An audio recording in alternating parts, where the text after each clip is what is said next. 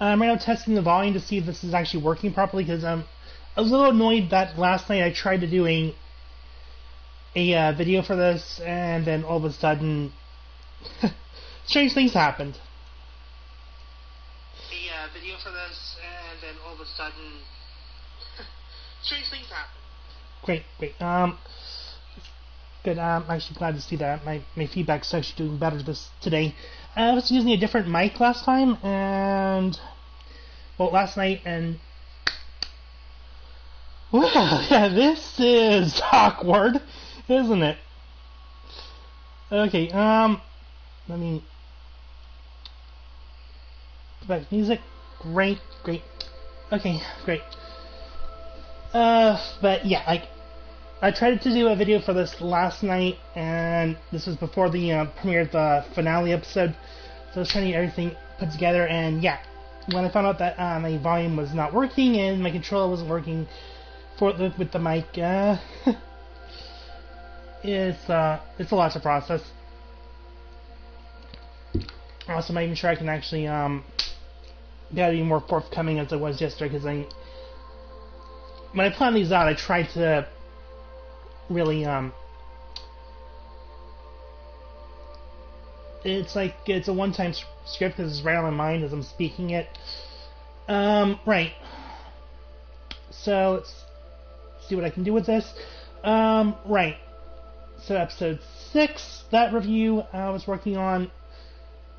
Right. So the episode started with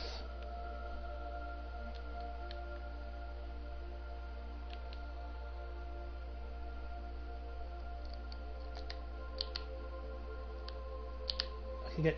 That was the button. Right, so that episode started with. It starts not there. Here. Starts at this scene where Billy Kaplan was getting ready for his bar mitzvah. He pulls the sacred scrolls from the cabinet, which was the Tree of Life, which MCU doubles as basically the World Tree Yggdrasil. And like I said as I was trying to say in the last, when I was doing this the first time, I was really actually enthusiastic on the fact that we have a Marvel character that's of Jewish descent, but also gay at the same time. It's a lovely double entendre. Anyway, digressing from that, everything seems to go normally. He, as I've heard, sings quite well in the praise, and it spills over to his bar mitzvah night as they were enjoying this nice party, and he was really getting into the fact that he just finished his big moment. He's now just enjoying the night, and everyone's happy for him. And as that's going on, he decides to wander over to a few pup tents, one that has the fortune-telling border on the outside, and so it leads to, we find out that he meets Liliana for the first time in this scene,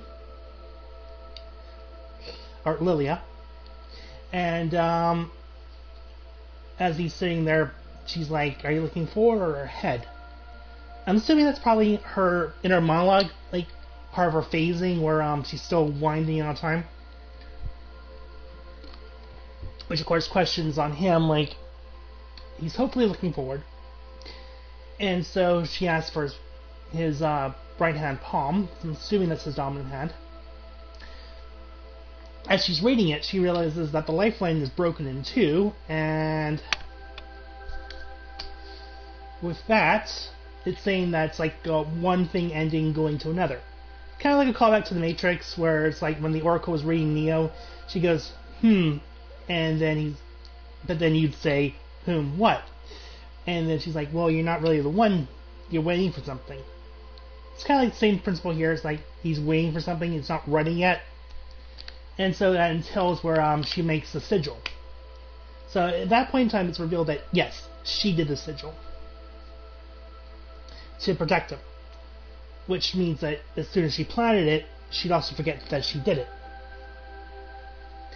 Which, she leaves it in his coat, which surprisingly he left behind in the tent, which then she passes back to his mom. And in that same moment, that's when things get hairy, and apparently the had to start leaving because of, well, the episode basically winds down to where it's like this is happening at the same time as the end of WandaVision. So the events of like the fight that's been going on with Wanda and Agatha and the White Vision and all that, that's taking place right at this moment. And so as they're fleeing, they had a chance to actually take a glimpse of like what's going on. Like there's the barrier, it's breaking, the walls are coming down. Apparently someone drives them off the road and they hit a tree. And in that moment, Billy lays there pretty much dying, basically. Like this really is the abrupt end of his lifeline. And so winding out, he hears the final moments of Wanda talking to her kids, and that snaps him out of it. And so now he's basically Billy revived. No longer William, but Billy Maxwell as Billy Kaplan. And moving on, that leads to the hospital. Oh, and in between that, who do we see? But surprisingly, Alice, who was still a cop or a detective at the time, and luckily she was the person they flagged down for help. Which shows that again that all this really was interconnected. The road itself was leaning towards on one layer built on another, That Billy somehow managed to meet Lilia, Alice, and surprisingly Jennifer, all before the events of the road. And so this is also the first time you actually meet the parents of Billy, or William Kaplan, Billy Kaplan. And they're just really relieved that he's survived the car crash. But at this moment, their minds are like, because he's Billy, his telepathic thing is going on, so he's reading all their thoughts at the same time, and it's overwhelming him a bit. But as soon as they get home, he's basically fish out of water, because it's like all this craziness is happening to him all at once, and so all this doubt is in the room, all this fog. He manages to try to temper it a little bit, and decides to take a rest upstairs in William's room. And so once everything is ed, we later on get to where he's having a sweet moment with his boyfriend at the time, Eddie. And so he's basically telling him everything about how he's feeling, what happened to him, how he could actually probably tell his parents whether or not he should. And he's slowly piecing together the mystery of like what happened that day when he died, what happened in Westview. And so they're basically in his room piecing together all these tidbits of like what is, what was, what will be. And as he's doing that, he ends up finding someone bonerific. And I love that screen name. I really do. And so then we goes to a parking lot, and we find out that, oh, it's Ralph. Which, surprisingly, I actually knew that was going to happen. Even when we were watching that episode, I knew we were going to see him again. It just made sense, because it's like, if he was in WandaVision, that was his house. We see Agatha there, but where's he? See, that's what always got me. It's like, what happened to him? And now I know. And so, as much as to his reluctance of telling Billy everything, for the price of going to see his shows and be seat fillers, because apparently he's still overwhelmed with like how Wanda took over his mind, how Agatha took over his mind, and he's now channeling into his acting. It's actually gotten to the point to where it's like he brings around all these voodoo relics and amulets and witch repellent just to keep protecting himself. And from that, we get to a point where Billy flat asks him, like, what happened to one of his kids? Which he's not entirely sure. He believes they dissolved into the hex, possibly. And then from there, it goes to a please don't ask about Agatha, please don't ask about Agatha. And so Billy's reading his mind, hearing this, and he's like, who is Agatha? Which, then he's like, I told you not to ask me. Or rather, he was thinking, thinking it. And this segues into a night where Billy ends up going back to his room and starts doing his research of going to these sites here about which is amazing. That I believe that's actually Jennifer's page and the Dread Salem, which led him to finding this, which led him to that, which led him putting to this, which then brought him to this.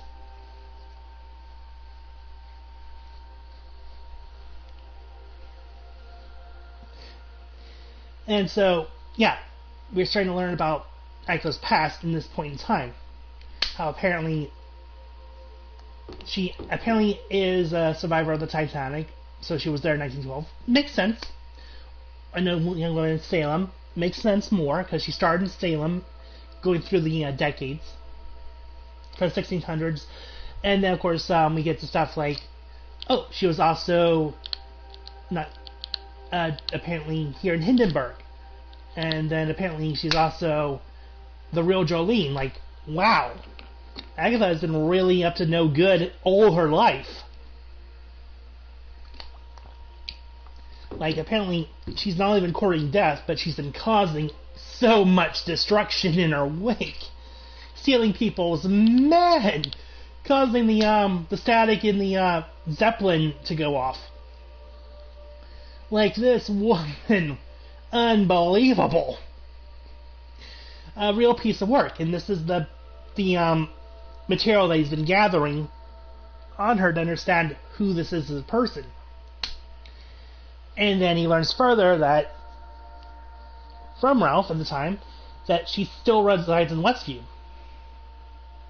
And so this leads up to the first episode. Like, all this circles back to that one moment where we end up getting this. Like that one scene where do I have any more pictures of that? Yeah. That one scene where he's breaking into the house.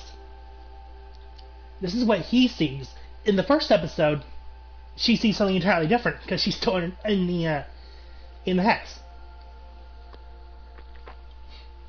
So she believes she's in the police department's holding cell or holding room for interrogation, and he's actually in their living room sitting on a chair.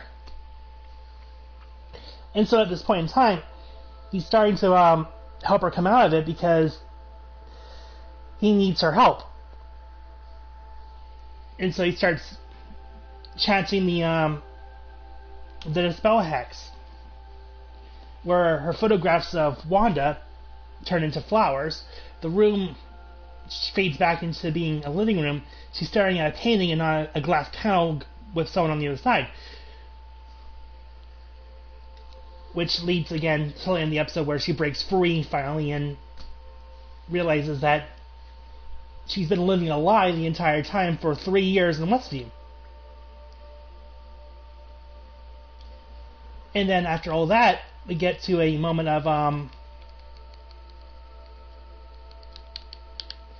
where we get back on the road, and she started to piece things together.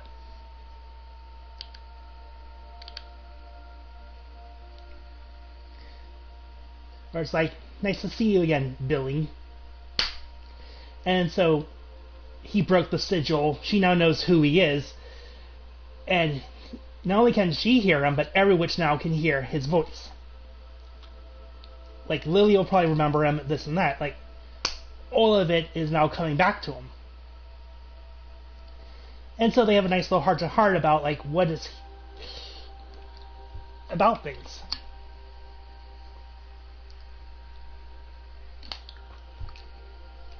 And of course, he's like, after all that, he's like realizing that maybe he never really did meet her on the road.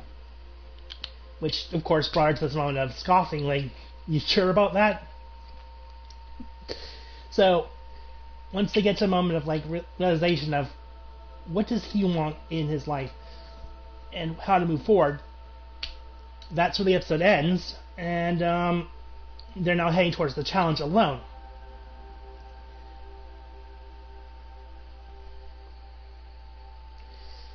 Of course, also in this moment, it's like, was a thing of, like, where she doesn't blame him for taking a body after losing what materialism he had or physical appearance he had in Westview, because he was going to be erased out of existence, and she couldn't judge him for that.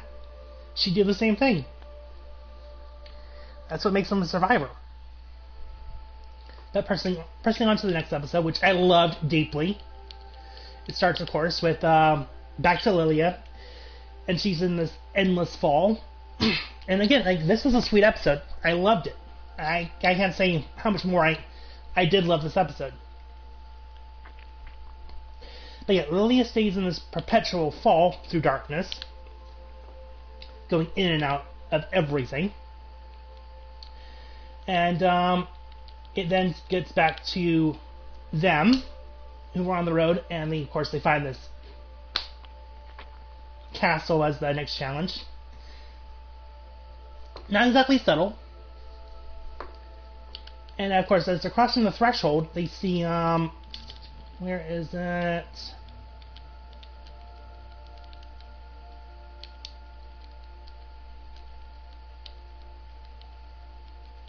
No, I had it here somewhere.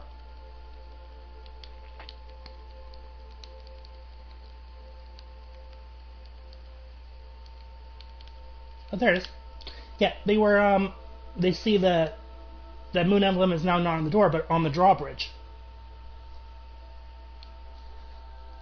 Which I guess kind of makes its own door, per se. I mean, it does open and close. But anyway, so we get to the fact that it's a wing? So unless I'm maxing, it's waiting now, I think. In which case it's supposed to be representing air, which more, again, points to Lilia. But anyway, as soon as they step through the door, let's see here. They once again the road changes for the Coven, and so Agatha looks like the Wicked Witch of the West, and Billy is in the Maleficent outfit.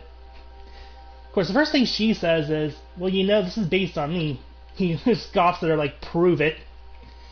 And as they're looking at the chamber, they notice this tarot table in the middle with the phrase, "Your path winds out of time." Obviously, it doesn't mean them per se, but Teen decides to pick up the deck, and it's like, well, I guess this is for a reading, and she's like, "You think?" And the trial starts. And so every time they play with the deck and pull cards, a sword falls from the ceiling, and when they look up, they notice like a ton of swords, and like, okay. And this is the point where Agatha goes a little bit hectic, and she scoffs and says, "You know what? This is just a numbers game." And so she laughs maniacally as she starts drawing cards, causing more chaos around them. Almost kills Billy because one actually lands in the chair. And that's when he looks at her and like, "Yeah, I wish Lilia was here." Which then pans to Lilia and Jennifer, who wind up under the road, still covered in mud. And Lilia is now at her point of where she's phasing back and forth in time, where the first minute she gets up, she decides to tell Jennifer everything she knows, like about Teen being Scarlet Witch's son, the challenge up ahead, all of it. And then she fades out, and winds up here,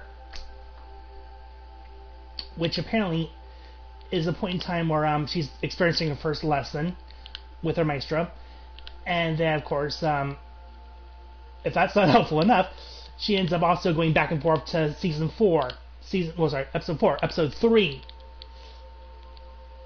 then back to the moment again,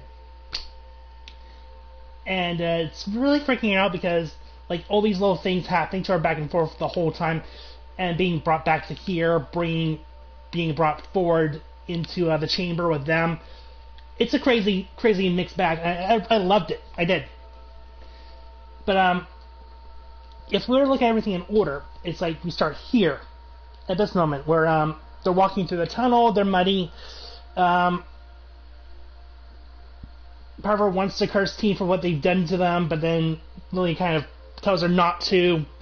And as they're having this heart-to-heart moment, and she's getting this look from Jennifer, that's when she's all like, well, am I wispy or am I kooky?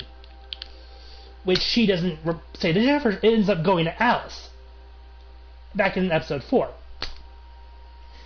And then Alice, of course, is the one who's like, you know, you're kind of a bit of both. And she looks at Alice and she's like, Alice, don't. And she's like, Alice, and then Alice is like, don't what? And she can't say the rest of it. She's like, don't. And then she's over here in episode 3 trying to save Agatha. Like, it cut her off mid-sentence. Which, of course, the wrong person hears it. Let's be frank. The wrong person hears it. Because Agatha's like, oh yes, I love this plan. I'm like, really? You think? The context was completely taken out entirely because he's like, I was telling Alice not to save you. But I don't know it yet. Because I'm in the wrong part of the time. But yeah, apparently that this has been happening to her since she was a child, which she actually explains to Jennifer during their tunnel walk. And as they're going through the tunnel, they get to a point where it's 2 exits, where one heads outward of the road to the failed subway system, which was mentioned by Sharon of all people. And Jennifer almost considers taking it, and so Lily asks her not to. And Jennifer's all like, give me one good reason why I shouldn't. Just leave now. And Lily flat out says, because you're my sister in the craft, I need you. Which Jennifer was like, okay, yep, that's a good reason. And then suddenly they hide because the Salem 7 is wandering the tunnels. And then while you're having all this lovely moment, that's when she also fades back to her maestra. Let's see, where did I put her picture? No, I had it here somewhere. Oh, there's. But yeah. And so now she's back here, where it's explained that this was her first lesson. And how all this information that's being dwindled to her, she's now sitting here at peace with her maestra, and they explain how in her first lesson she's doing a tea reading, which, of course, she basically looked at her like, you know, I was never good at this. And honestly, her maestra looked at her like, you know, this is a fiction you keep telling yourself, even as a child I'm seeing before you. And so she decides to look again, and then she ends up back in the chamber with Lily and them. And so, yeah, this is also another part where it keeps winding in and out of time, where it's like the first minute she walks in, looks at Teen, and she's like, yeah, it's okay, baby, we're cool. And she decides to walk over to the table and is like, you know, who massacred the spread? And they point at each other like, he did, she did. And so, they have a nice little sit down and try to start divining things. But yeah, also I like this little thing where it's like she comes in looking like the we have the Wicked Witch of West, Maleficent, the Witch from Snow White, and of course Lilia being Glinda, which of course also, but right before she even does that moment, she looks at her and them and like, what am I wearing? What are you wearing? And Jennifer has to stop her, and she's like, let's be culturally offended later, get back to what we're doing. And so, of course, that's when she asks, like, so I guess you're the queer aunt? And she's like, I'm the queer aunt. Which gives, like, a subtle, joke in the middle of, like, all this insanity. So she sits down and tries to read for, Billy pulling out cards on him. And ironically, every time she does, a sword keeps falling down in the chamber, which kind of like is saying, what is wrong with this picture? Like, why is it still happening, and why is the ceiling now coming down on them? And so this phases back once again to where she's sitting with a maestro. And so they're having another heart-to-heart about, like, how she's wondering, why can't she control things? Why couldn't she stop what's coming? And so her maestro flat out says, your task wasn't to control, it's to see. And that's, of course, another moment where Lilia is all like, well, you know, I saw it coming way back in episode 3, which we got a chance to notice this, where she's like, she saw death coming, she saw it wipe out her entire coven.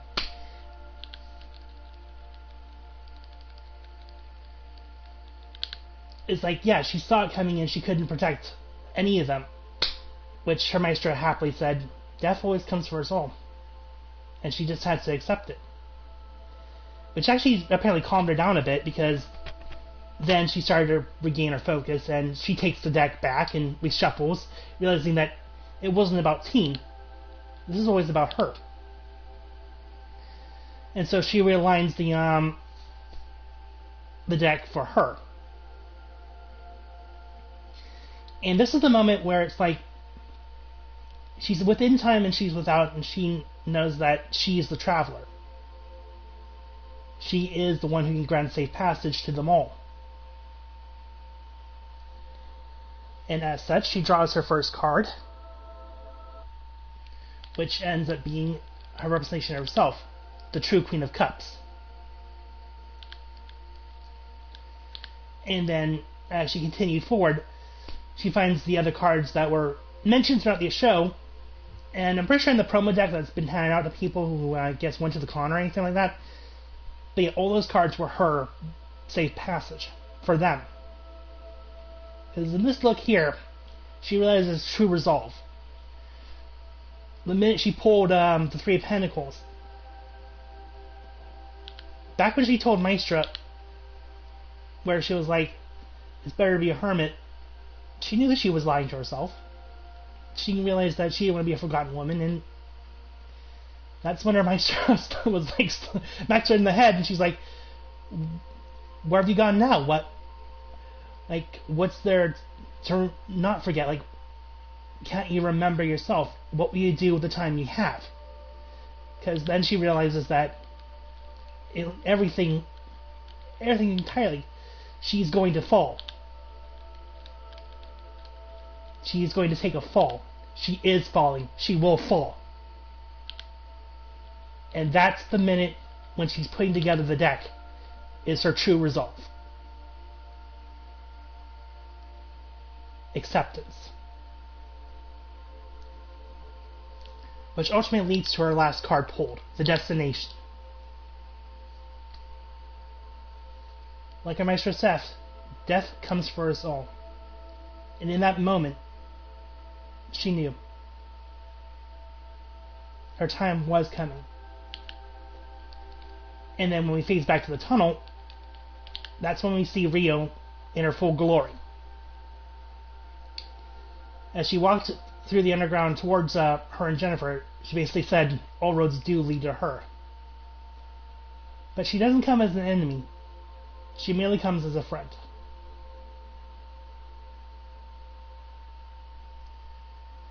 And so that's when Lilia realizes Rio has been the original Green Witch, death itself.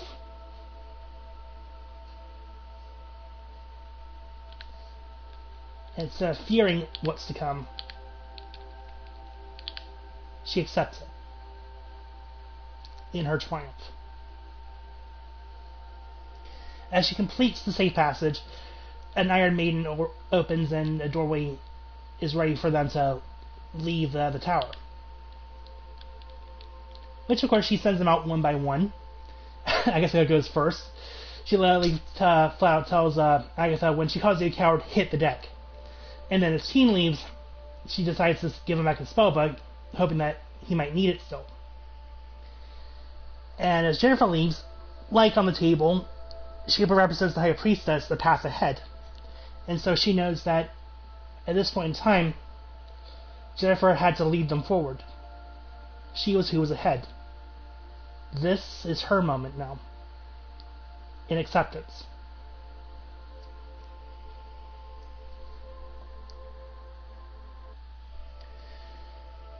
That being which, as soon as that happens, she slams the door because the Salem 7 were getting in, and she basically looks at them all and flat out says, you know, when someone completes a trial like I have, you don't stick around, because something bad might actually happen.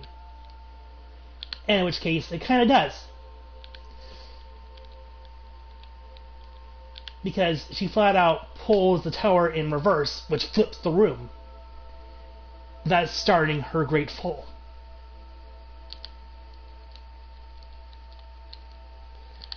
And so she watches each of them fall backward and land on swords. And in that one moment, again, she already knows her destination. She knows what she had to do, and she willingly accepted it.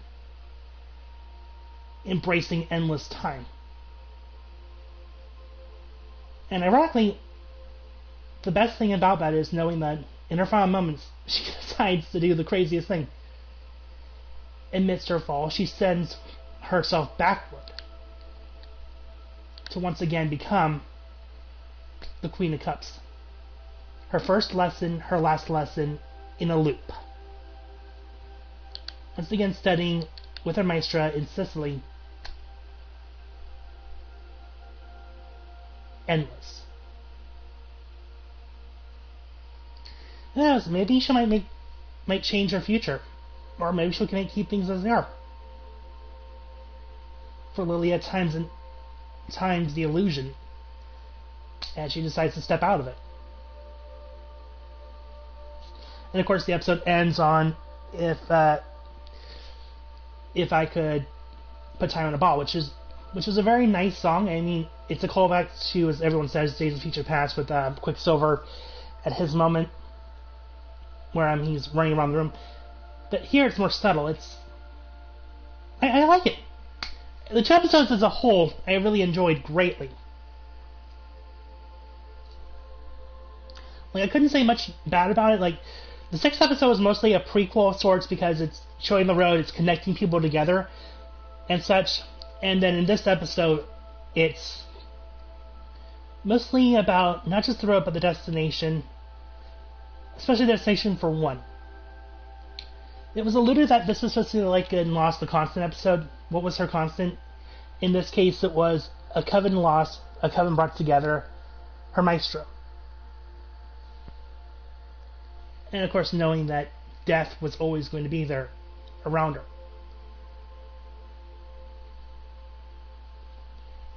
And that, as far as really something special, and a takeaway, like, I really enjoyed it. There's not much I can't say that I didn't like about... Again, there's not much I can't say I didn't like. Like, this episode itself really brought things into perspective.